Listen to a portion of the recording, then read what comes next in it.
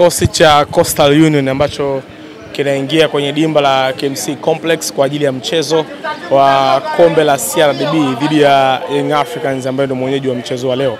Ni mchezo ambao unapigwa majira saa 10 za jioni kwa saa za Afrika Mashariki, kutafuta mshindi kuelekea hatua inayofuata michuano ya kombe la CRDB. Wageni ni Coastal Union na hivi ndivyo namna ambavyo wanavyoingia kwenye dimba la KMC kuja kumenyana na wananchi Young Africans. Nani anaondoka na ushindi leo? Nani anatoka leo? Nani anavuka hatua hii na kwenda hatua inayofuata? Coastal Union wana mangush tayari wako KMC Complex kukipiga dhidi ya mpinzani wake Young Africans.